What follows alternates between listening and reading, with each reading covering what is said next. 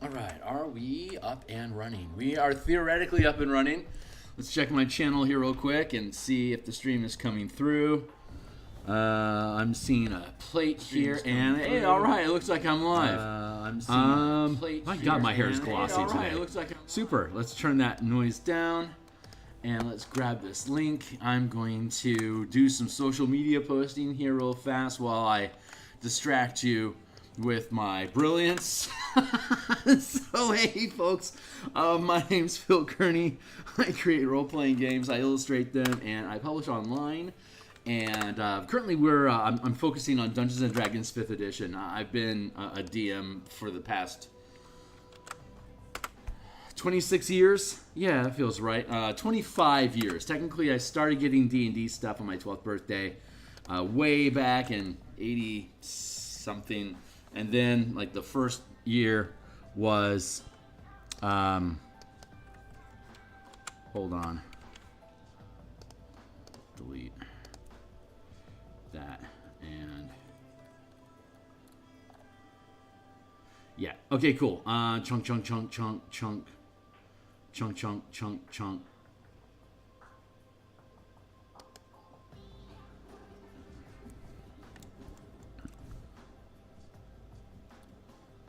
Hold on.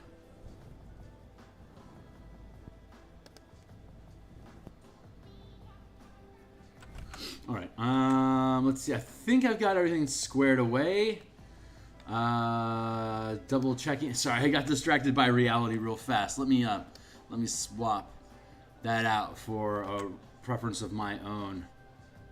And all right, cool. So yeah, like, subscribe, bell icon, notifications. Blah, blah. I'm on Discord. We're making Eberron's been my preferred homebrew campaign for the past 20 years, 18 years. I didn't pick it up until 2 years after it came out. So big shout out, 20th anniversary, Keith and Eberron. Crystals and Mabar is for 4 to 5 characters, level 7 to 8. Set in the Carnwood of Karnath on the continent of Corvair on the Eberron campaign setting. You'll see this book cover when it goes live on DMsGuild. But for now, we're creating maps and tokens and other things that go bump in the night. Let's see. So what I want to do is I want to come back here and visit the Ferric Ivy. This is Volpina Lotharia. I'm happy with how this template sits on the page for the most part. Let's see, the florets, I'm happy with how they sit. It's this Ferric Ivy that I have a problem with. So I'm gonna blip that guy out of existence. Hold on, before I do, see how it's a token, but it doesn't really, it just kind of sits there as a token. So like the Lotharia here, at least it has like some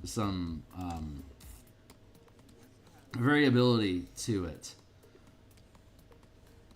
Like I need to flesh it out a little bit better, I think. But this is incongruent. I like how this. I saw this last night.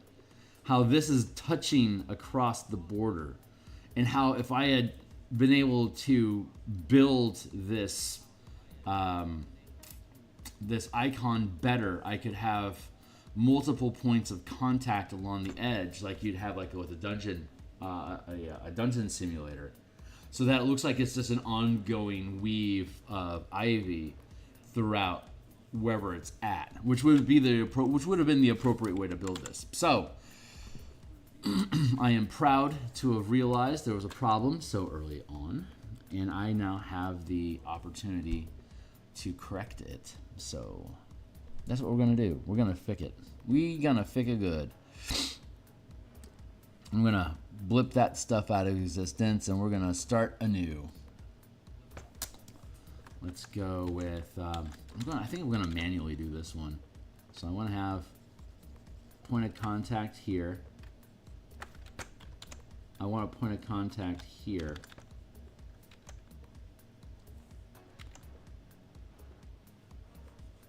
A point of contact here.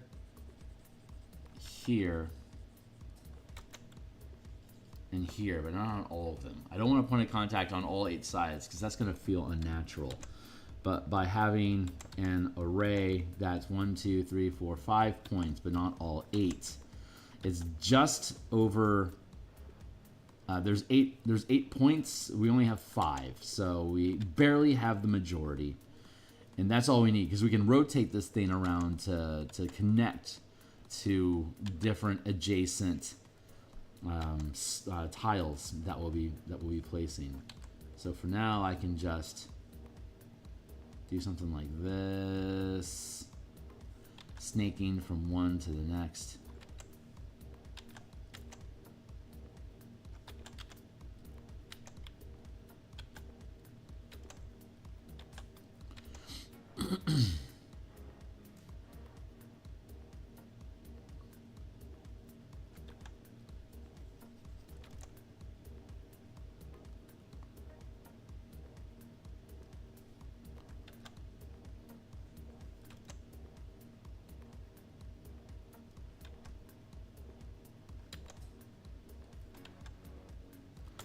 More like this.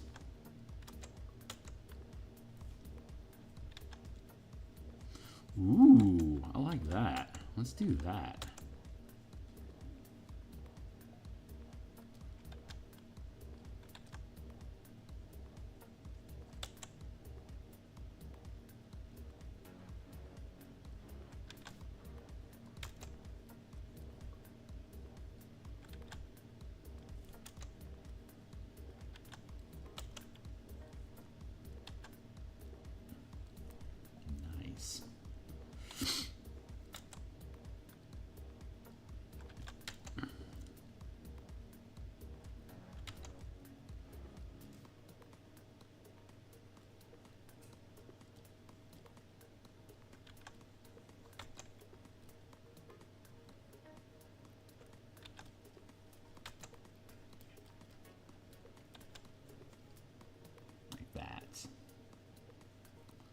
We're making tokens here.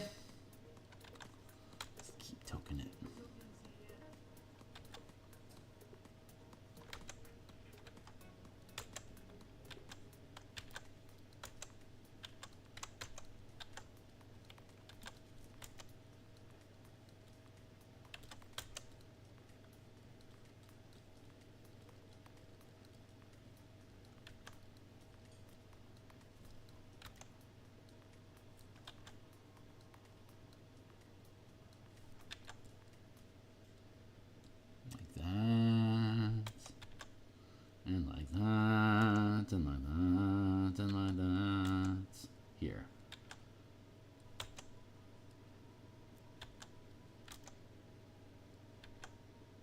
I want to have these curving in different directions, so there's no like technical north-south that it can just freely spin and be repositioned as needed.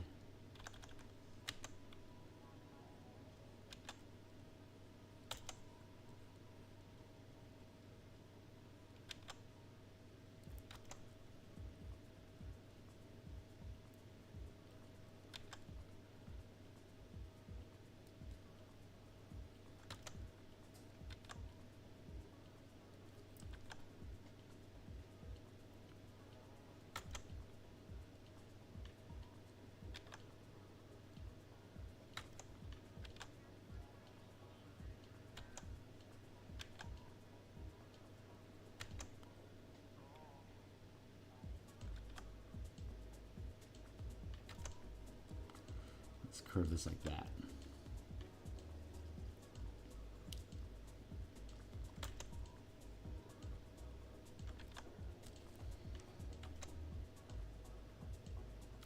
I can tell you one thing, but I will tell you two. You are going to love me, yeah. And I might like you.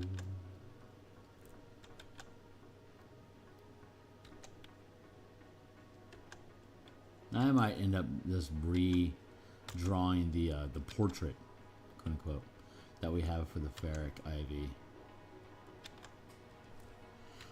to make sure it jives with how we're reapproaching the idea of it. Like this, and then let's thicken that up.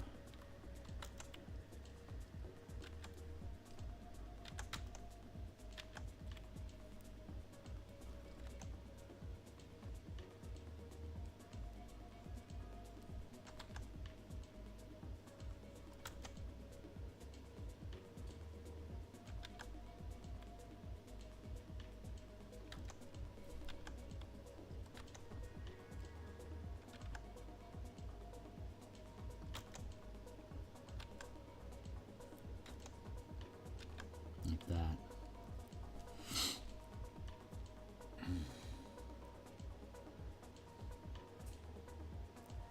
It's not bad. Let's good.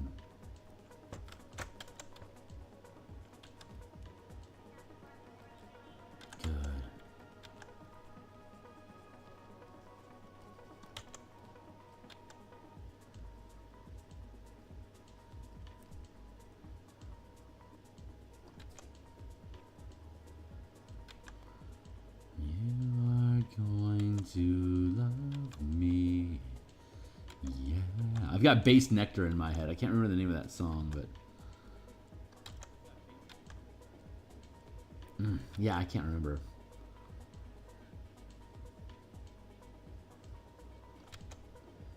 I think it's off the Horizons album. I can't remember the name of it. It's sticking in my head though, so probably means I need to go track it down and listen to it.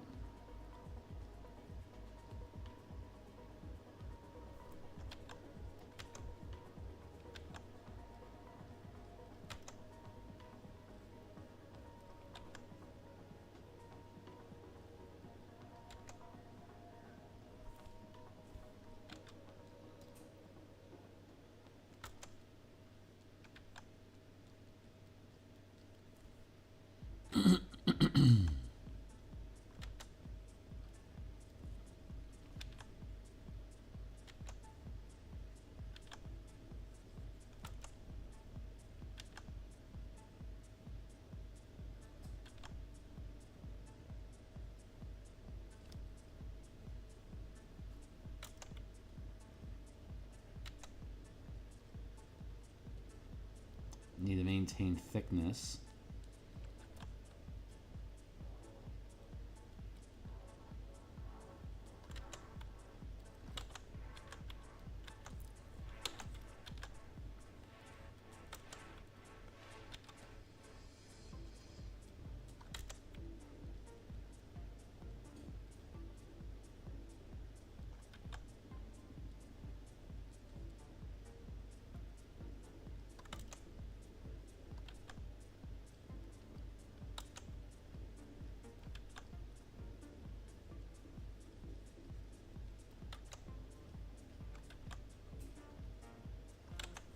There.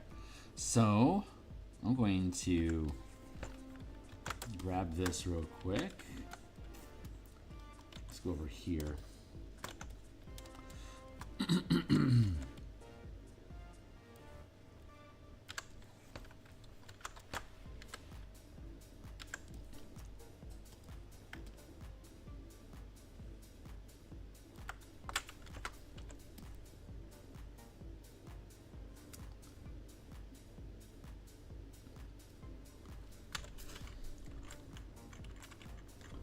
There and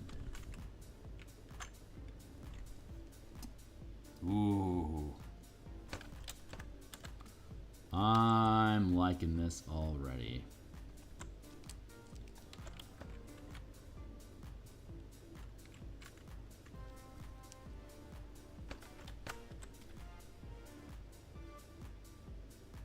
Look at that. See? Now it looks like brambles. Now it looks like actual brambles that I can just sprawl across the landscape as I please. I am very, very happy with this. Let's keep it from being too repetitive. There. It's really difficult to find the pattern in it. That's really great. And then we can reverse it. This fucking jives, man. I am stoked. Hey, Humbly. Yeah, so this is called Ferric Ivy. It's in the manifest zone of Mabar. In the Eberron campaign setting, it's the plane of undeath and things that go bump in the night, right? So when you create a manifest zone, they call it cotermination, when one plane overlaps another and their properties combine. Welcome to the mix, humbly. So when this adventure is about necromancers creating an artificial manifest zone with an artifact that they get access to for reasons in the adventure, and they take this artifact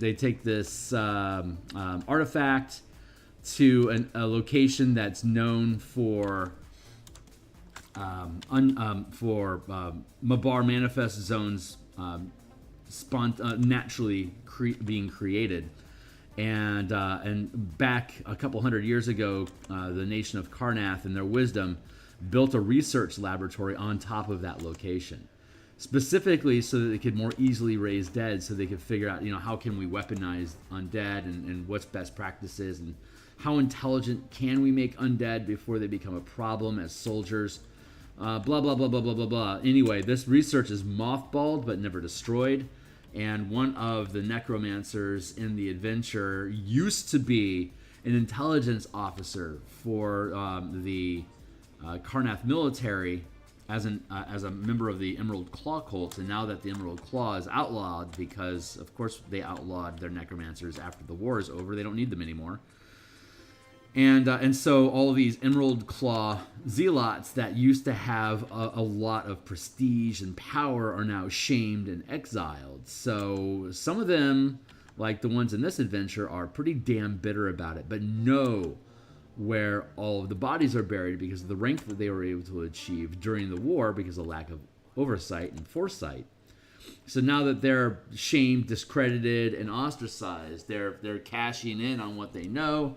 Grab the artifact, go to the research facility, fire up the manifest zone, and start terraforming the environment. If they can sustain it long enough, it permanizes. And all this grit, this coffee grinds that are covering the ground. This is what the plane of Mabar does to a forest. It turns it into a sloopy mess. And it dries out and it kills all of the life in the soil. And then it slowly replaces it with different types of plants of their own.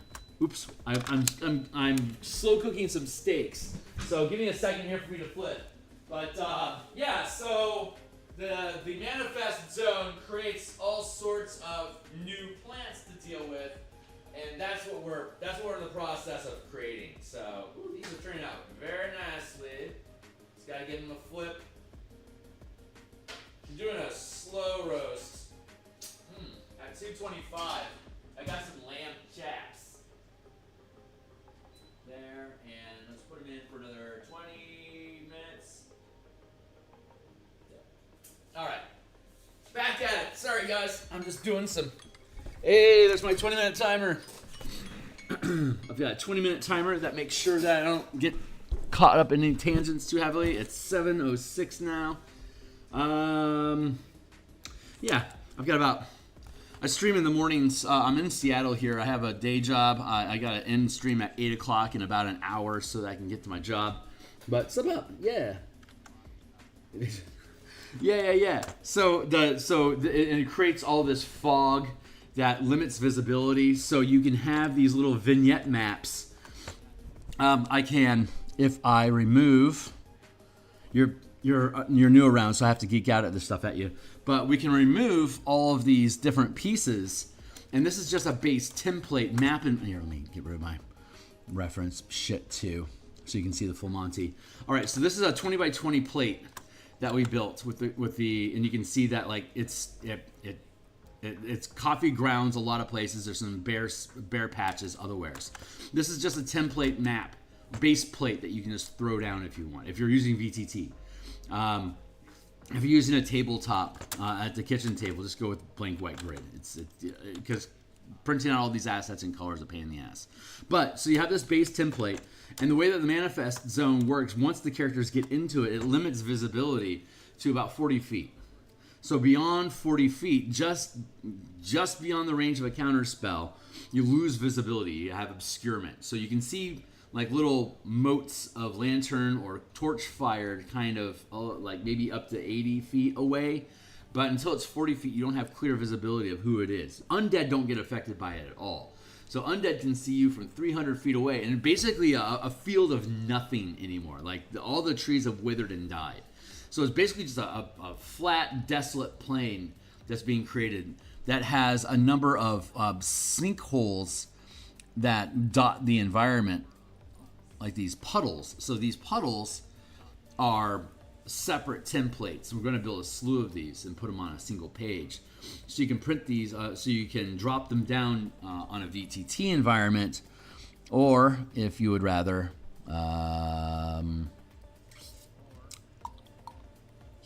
here, blip, and there. See, here's the black and white. So I'll be able, you can just print, I can have these as separate things on a page. It's simple black and white art, and you can print that out and then drop that onto your table if you're doing kitchen table stuff. But I work, of course, in the virtual tabletop. So add all these things in, and these are just little water, like little lagoons, right? And there could be any undead that are, or other creatures that are underneath the murk of this. It's got these strings of blue for water and black because it's raining constantly. It's the rainy season. And this gritty coffee will pour down into the puddle and make these little inky rivulets that makes it like, I don't know if I want to be in that stuff. And that's how you want your players to feel, like, I don't know if I want to touch that shit or not. Which is great because monsters can be in there. And then they can crawl out from inside of there and start roaming. But if you only have a If you only have a 40-foot visibility range, you can drop just a base template for them to walk on and just leave it as a static, static space that the characters are traversing through until they run into something. And so now we have these little vignette maps that can just get dropped in as needed because your characters don't have more than 40 feet of visibility. So they're kind of walking through the fog of war, and then they run into the next thing. Or these are optional little vignette single encounter areas. This is the undead sinkhole. So this was like a monument to celebrate the greatness of the troops that are buried in the cemetery nearby, which of course have all animated and started leaving the manifest zone to go kill people. But for now, they have this sinkhole. So this is a living grave, and it's a sort of construct type creature that generates and spits out corpses as ghouls or zombies.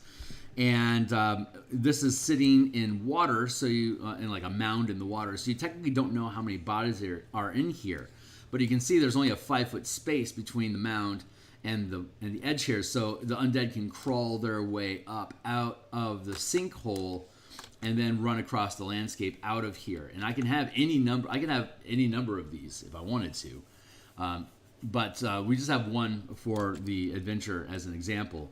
So the characters have to go down and figure out, like, do they just want to drop a fireball down the shithole and just burn out the living grave, because it's going to cost them a third level. It's going to cost them a third level spell slot.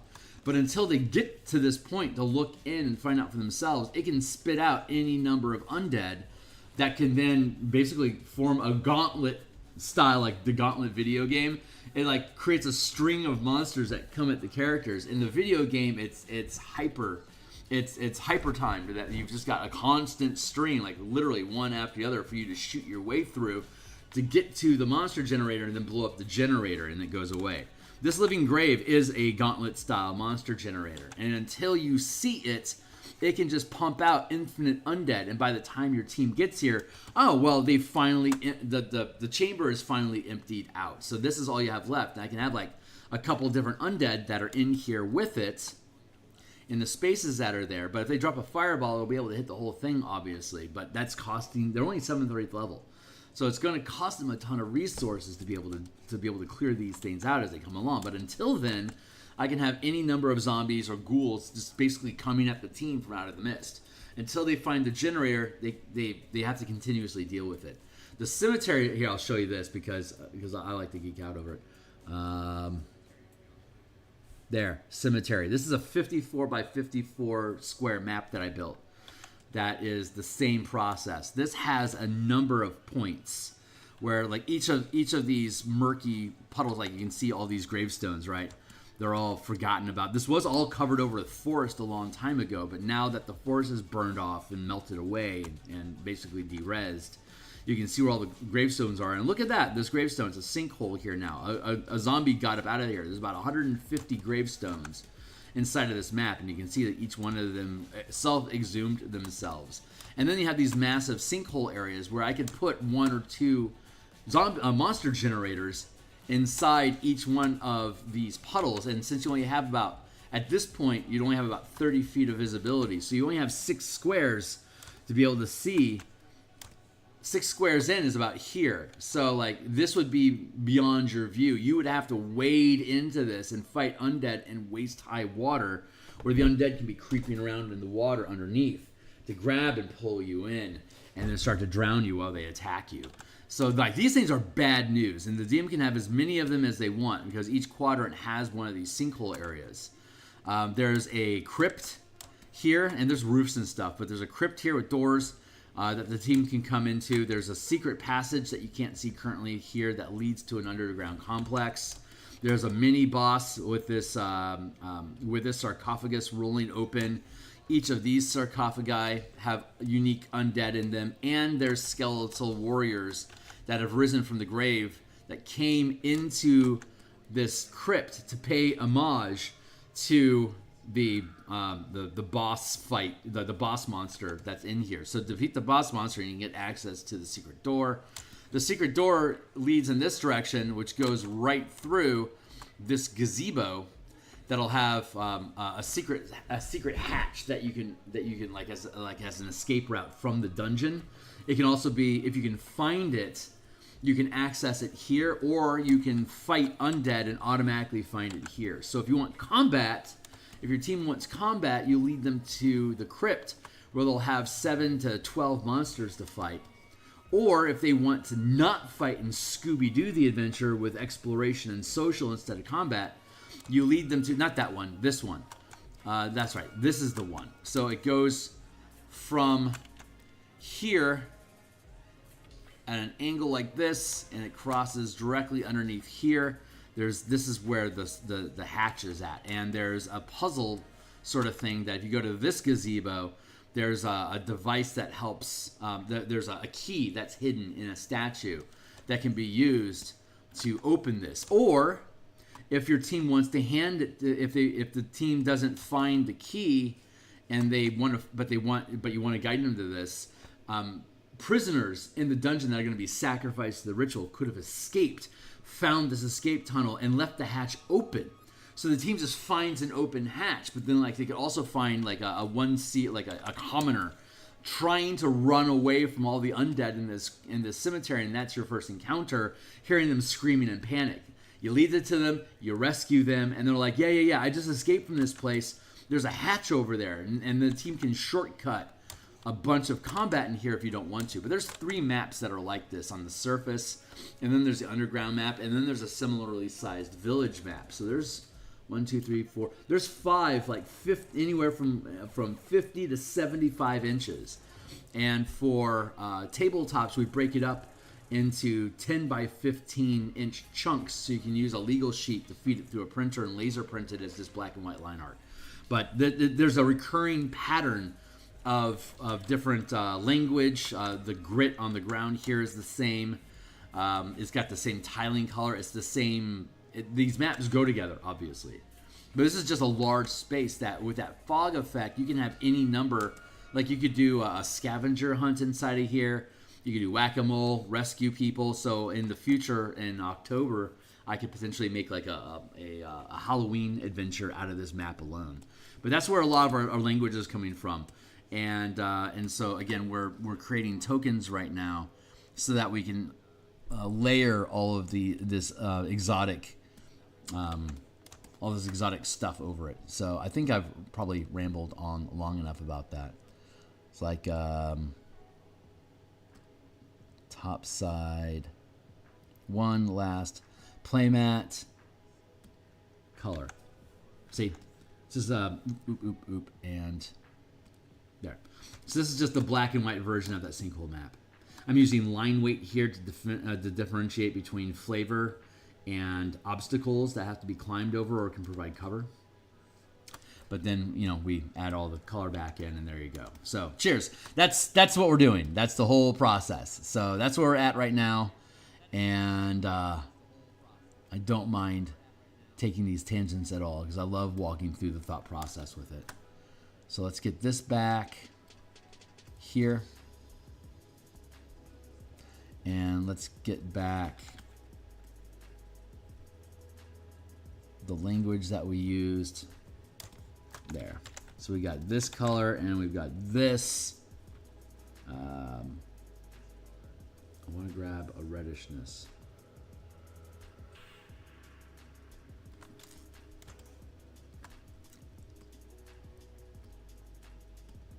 Wait for it.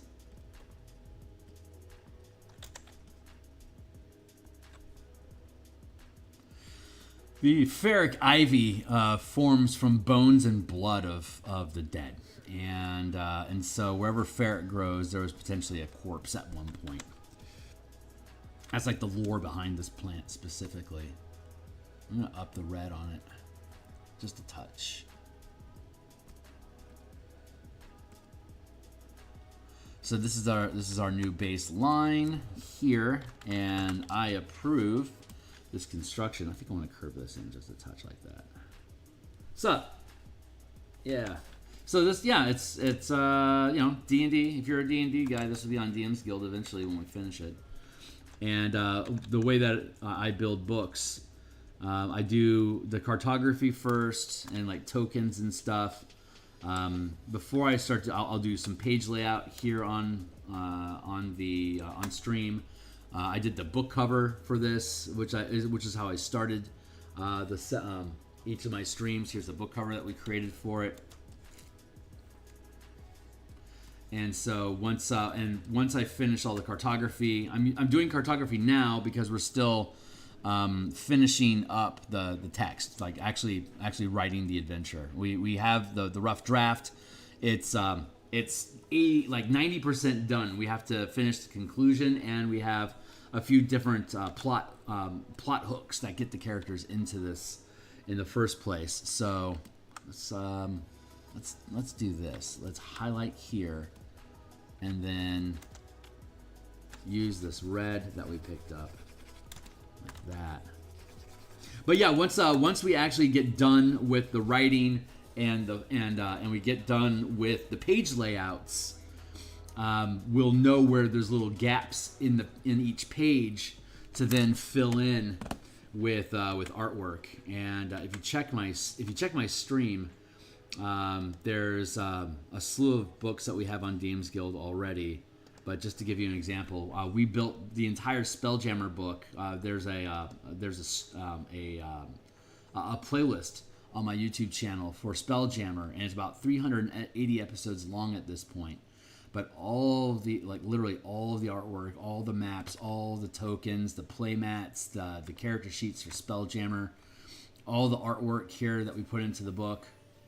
There's like 80 illustrations in this book. We did all of them online like this, so we're going through the entire process. And here's a good example. We did a conversion guide for Lattice Araxis to use the mechanics that we have in the Spelljammer book, but you can see here all the these are all NPCs that are in the adventure. Here's the weapons and your ship, more NPCs. So virtually all of the artwork in this book are NPC tokens, ship tokens, maps. You see a little map here, and here's some more maps. Like, I can fill the book with illustrations, but those illustrations are technical pieces that you can use. And so the actual amount of actual artwork I need to make, like I made Space Dwarble here, right? There's like this space background that bleeds up the sides. It becomes background that pokes through the text boxes. That's a real light way for me to be able to add illustrations into this. It's a 107-page book, and this is a 25-page conversion manual for the Lattice Araxis adventure. But when we actually get into That's here if you want to check it out. There's like 120 some odd tokens that are included with that when you purchase it. And so I create ideas. I build them out here on stream. And then we illustrate the whole thing, and then we publish it, and then we talk about it. And we add to it, and I'll repurpose things. So this whole stream that I run every day, it's specifically to make sure that I sit my ass in the chair and get work done every day. To make sure that even if I'm feeling fatigued or burned out, that I've got screen time here that I can hold myself accountable to at least show up and get the shit done. So that's the idea that goes into this. So, and plus it shows you the entire process of building these things. If you're ever interested in doing game design work yourself, you can watch me go basically do the entire thing. I'll be on later on today to develop to continue working on the Martial Powers project, which is a magic system for martial characters that is parallel to actual spell casting for like wizards and clerics and stuff like that. But so we're doing all the text and like all the actual development of that supplement before we then build once the text is done, we send it off to an editor. That's when we start doing the book cover and tokens and all that stuff to be able to make that game run. And we'll go through that. So if you check out the Martial Powers playlist that I have for my streams, you'll see literally like it's like at episode like 98, I think. No, it's probably in the hundreds by this point. And it's just me going through and building the thing. And we did play testing at level 3 and 4 last month, and I got some great feedback from that. So then I had to go back and rebuild it. So I rebuilt everything here on stream with you guys, so you can see what that process is. And then I make playtesting available to like my Patreon members and people that join my Discord channel. So there's perks to sticking around if you're interested, or anyone that's interested that's checking this stuff out. Hey guys, and yeah, I build things. I'm gonna build things no matter what. It's what the muse wants me to do. I used to just be a freelance illustrator, but then I really want, since I've been DMing for 25 years, I'm like, I should make stuff. Like I run campaigns from level 1 to 20 in about 250 hours, and I understand that's not very normal, so it's probably valuable that I put information out there to share with people, just to add a voice to the storm of noise. But at least I'm running high level games and have some insight on how to be able to like what's the philosophies that I have to adopt to be able to make sure a game will survive for 250 hours and be able to retain momentum and interest from the players and actually build momentum as they continue gaining levels. And it's taken me decades to get to a place where I can run a campaign and know that I can take it from level 1 to 20 with barely any prep. So we talk about different stuff and blah blah blah. Anyway,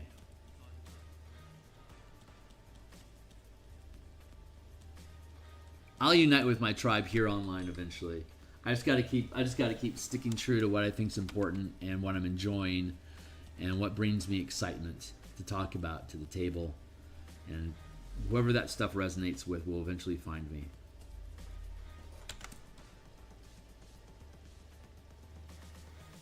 I think I like that.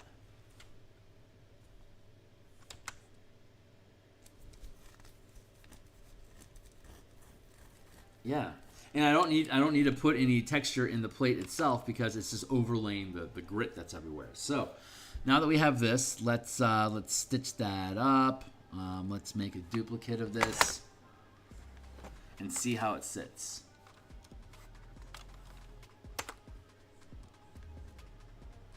Merge that group.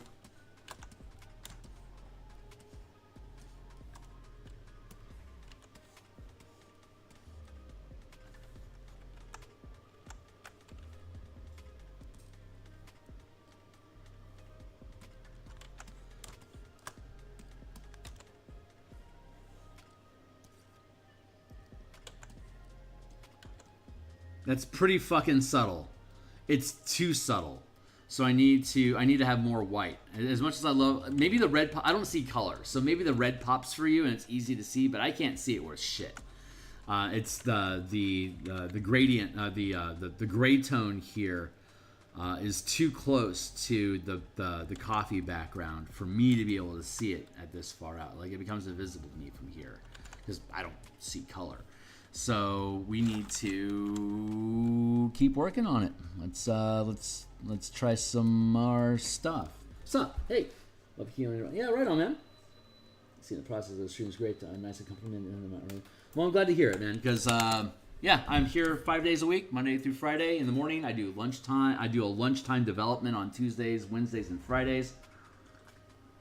Monday and Thursday nights, I do Spelljammer stuff, and then on Saturday, it's a grab bag. It's basically like my open desk to work on commissions or personal projects, or to continue pushing something specifically that I'm working on. Up to me. It's always that is up to me.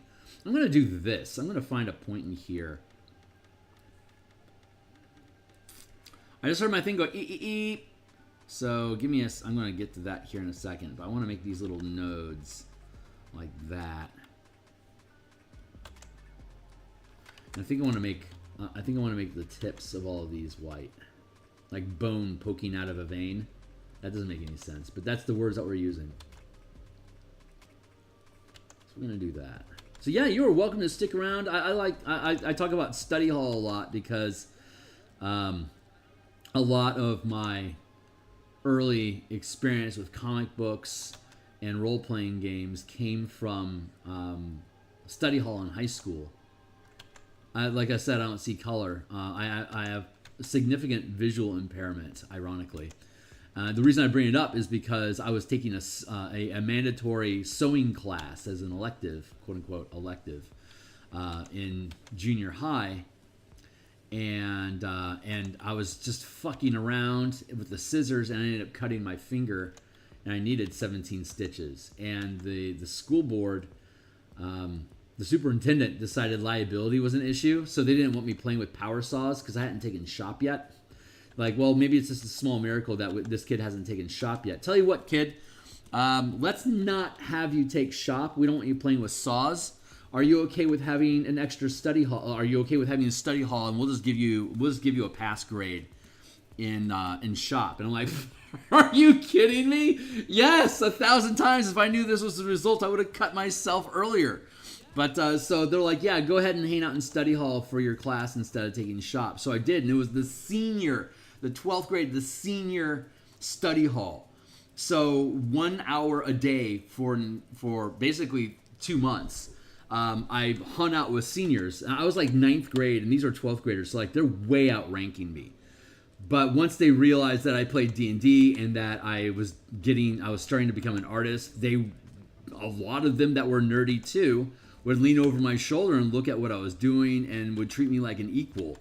And that taught me a lot about the value of competence and having to prove your self-worth, and that if you're doing something that's important, you can absolutely add and contribute to a group regardless of where you rank inside of it, because competence always gains respect. And that was an amazing experience for me. It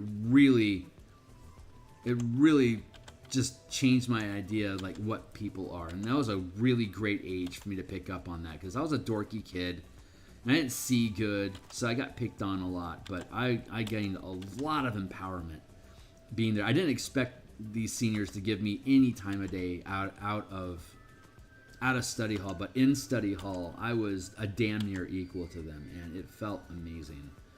So I love that this is kind of a study hall environment where people can just kind of chill and vibe and do their own thing and just listen in, because that was me. We had all these tables where we would do collaborative work, and all the artists and comic book people and role-playing enthusiasts, this is in the 90s, we would just all share a table, and like somebody would bring Palladium books, somebody else would have X-Men comics. It was super fucking cool. Just an amazing opportunity that I just got pushed into because the school didn't want me to cut off my hand. So like, here, go do this instead and shut up. I'm like, okay. It's amazing. No one else in the school had that opportunity. It was so cool. It's it made me very, very excited about where I was heading and the things that are interested in. I didn't necessarily have to, because like in the 80s and 90s, like playing role-playing games is like that's a reason to get bullied. Comic books, reason to get bullied. It's like, no, these are people that would bully me that are interested in what I'm doing because they geek in the same ways that I do. So super fucking cool. Anyway, now I'm geeking out. Forgive me. I will end tangent here. That's better, but it's not great. I need to add throughout like this, which is taking away a lot of the red vibe. But that's gonna be okay. Let's just bleed it out like this. Super amazing. I've had such a blessed life.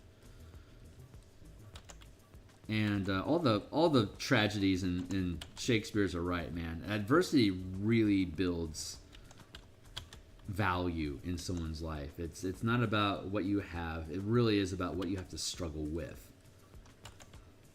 My value is expressed by the struggles I've overcome, and even if I don't share them with anyone, they're treasures that I get to hold for myself.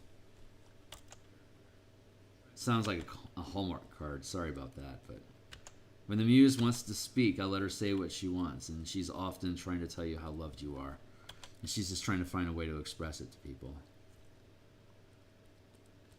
Like the Greeks, I have a muse that lives inside of me that forces me to create art, and one of the deals is I can turn off my brain and do art and talk at the same time, and the deal behind that is she'll inspire me as a Greek muse literally would inspire. But my end of the deal is that if she wants to say something, I'll let her say it through me. That might sound crazy to you, but everyone has a voice that whispers to them. I've just spent 50 years, probably 40, because I wasn't aware of it when I was born.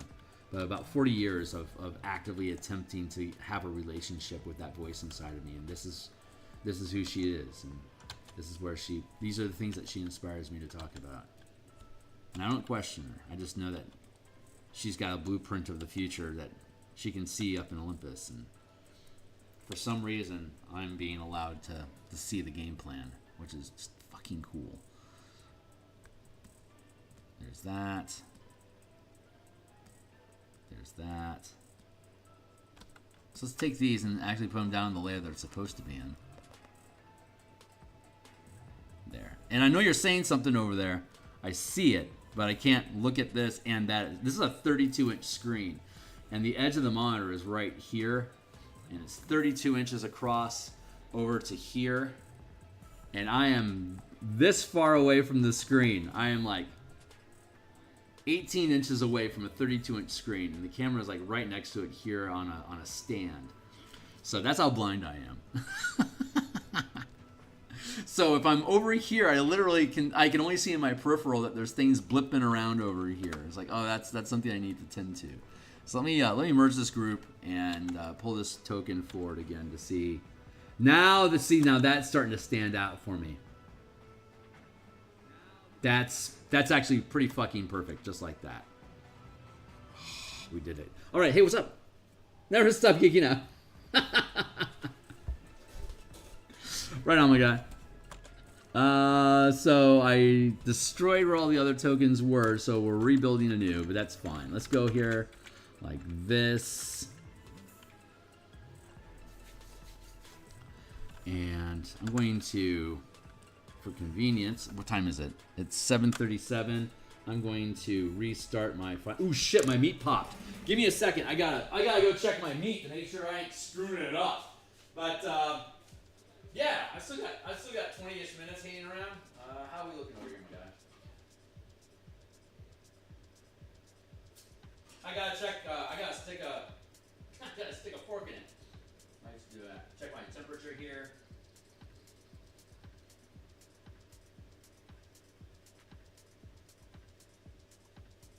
.7.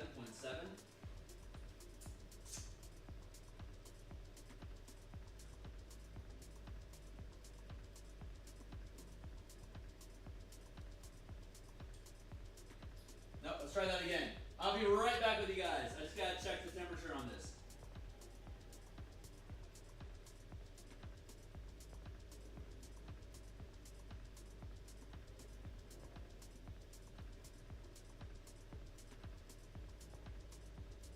.74 degrees Celsius. That is hot enough for beef. So we're good. We are good. I've made a bunch of pork chops. I'm going to cut them off of the bone, and I'm going to make an omelet for dinner. And hold on, let's do this. Let's rotate that. Bum, bum, bum.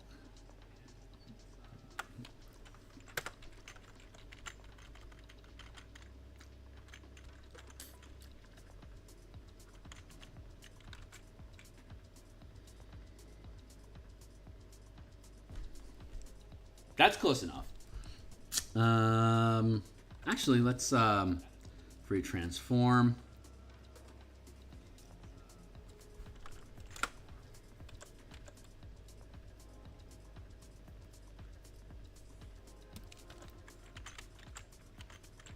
There, perfectly lined up. Now I can paste here. Let's rotate. Dun, dun, dun, dun, like that. And we'll click these together. God, that really is just working out. Wow. Yeah, it really does stand out now. Holy shit, we did it, my boys. Meat's back on the menu. Let's free transform. Let's flip horizontal and then 360 it like that. And then we'll put it this one here. Wow, this is awesome. This is beyond expectations. I am personally thrilled. And then we got the Volpina over here.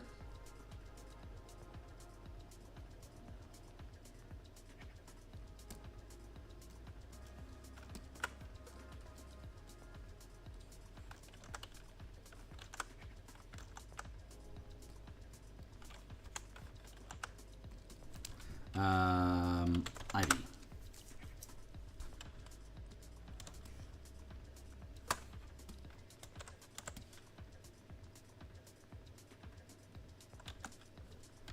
You are going to love me, and I might like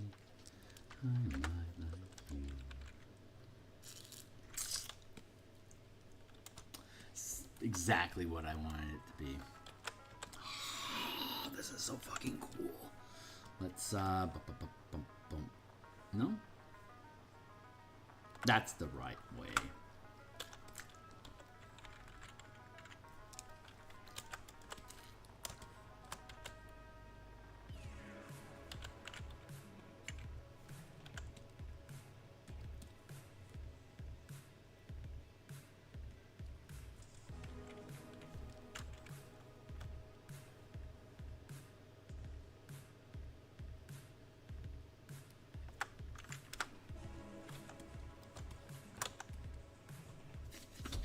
Puff!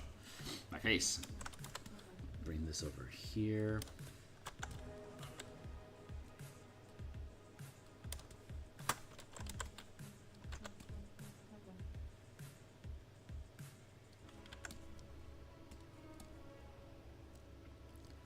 Horizontal.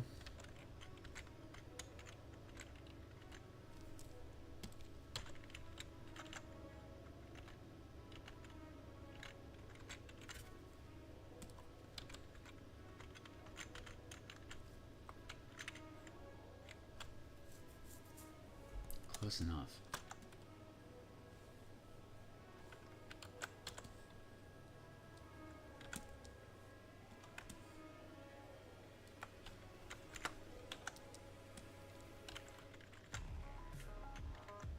Well, there is a misalignment there, isn't there? But I think we're gonna be okay anyway. It's not perfect, but it's fucking good enough.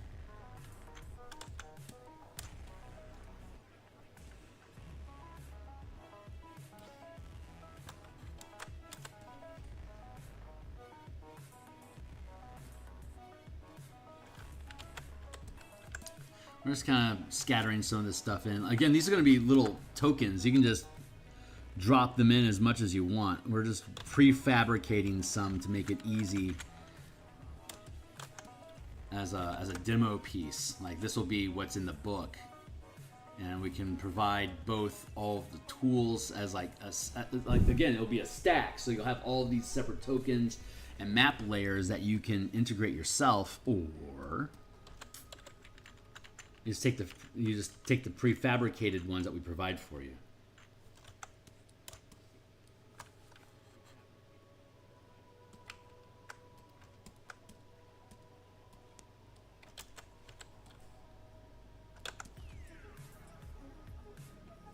I think I want to. No, I like how that tumbles. I feel like. There. If you go through this, it deals damage to you when you cross through it because it cuts at you. This Lotharia that you go through, it releases poisonous gas from it that acts like the stinking cloud spell. So if you cross through it, you have to make a Constitution saving throw or spend your action throwing up. And then these little spores over here, they don't do anything. They're just flavor text. But let's see. We can then.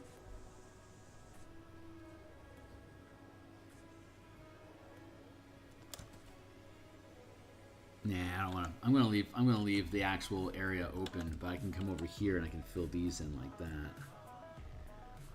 It's mostly out of the way, but if your team gets into pushing and stuff, it can be useful.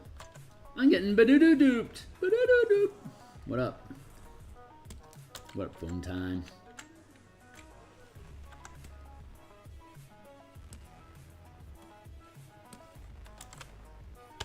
Put another one in here. See, this one's like literally blocking the path here, so you're gonna have to take damage if you want to traverse this space. If you dare. Let's flip this around like that.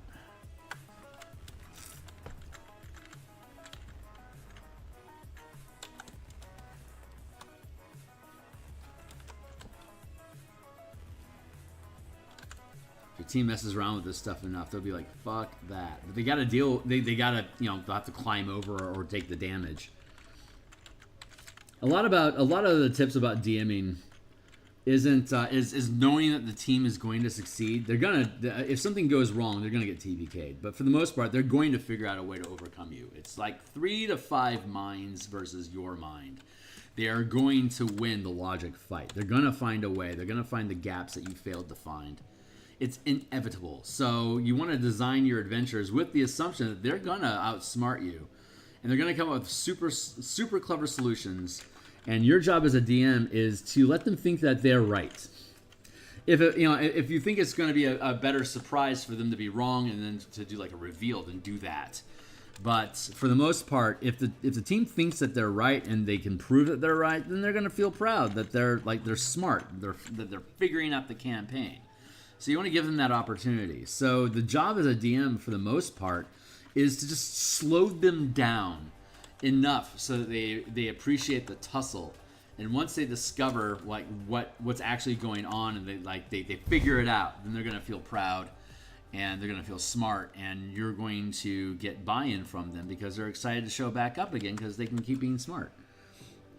So if you know that they're going to defeat you eventually, that helps reframe things. There's nothing personal going on. It's just them figuring things out. You're providing ideally you're providing easy to solve puzzles and quandaries for them to wrestle with, but they don't want it to be a brain teaser that's going to take them, they have to come back to over and over again because they're going to burn out and get bored of not succeeding. So, and this is pretty good. I think I want to toss a little bit more up here and then we'll be done. the barrack. Put one here. So you just want to harass them. They're going to win eventually. Just harass them a little bit. Give them something to tussle and wrestle with, so that when they win, they'll feel that they accomplished something. Kind of like how a dog hands you a stick because it wants to wrestle with you. It does it, A, so it can strengthen its teeth and its playtime, but B, it builds bonding with you. And it just likes to tussle. So you don't grab a stick. You don't like rip a stick out of a dog's mouth. You fuck with it. You wrestle around with it. You yank its head around. You make it exert effort. You make it prove its strength. And eventually it's going to let you take the stick from it so you can throw it so it can go chase after it. D&D is the exact same way. You wrestle with them a little bit. You throw them a bone. They go chase after it. And then catching it is their reward because they get the flavor, right? I mean, that's how the game works. That's how it's intended to work. Oh my God, look at that. That's so great. I love how that links up. Fuck, that's so cool. Man, we really did a good job with this.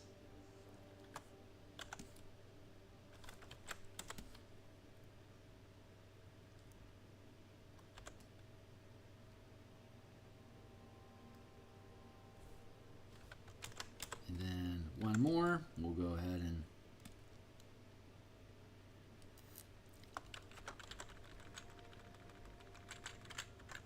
wow.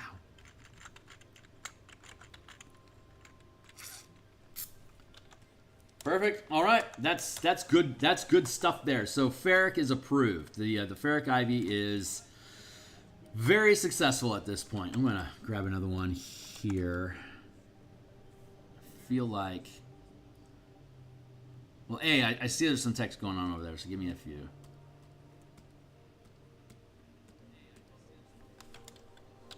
But I want to...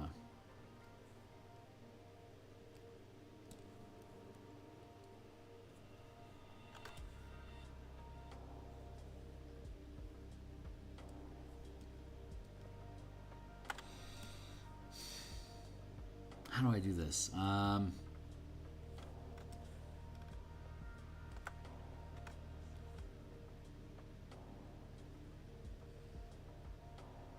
That's my connecting point there.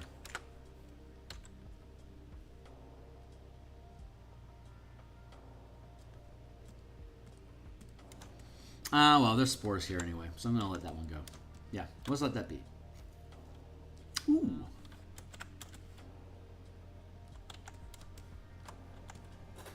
Hey, right on, man. Thanks for hanging out. Catch me anytime. I'm here a lot. It was great chilling. Thanks for giving me somebody to bounce off of, man. I appreciate it very much so. Let's flip horizontal. Yeah, my day's gonna end here in about 5 minutes also.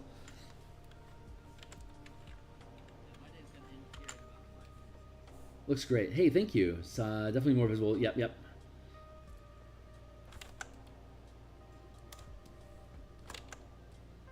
Yeah. All right.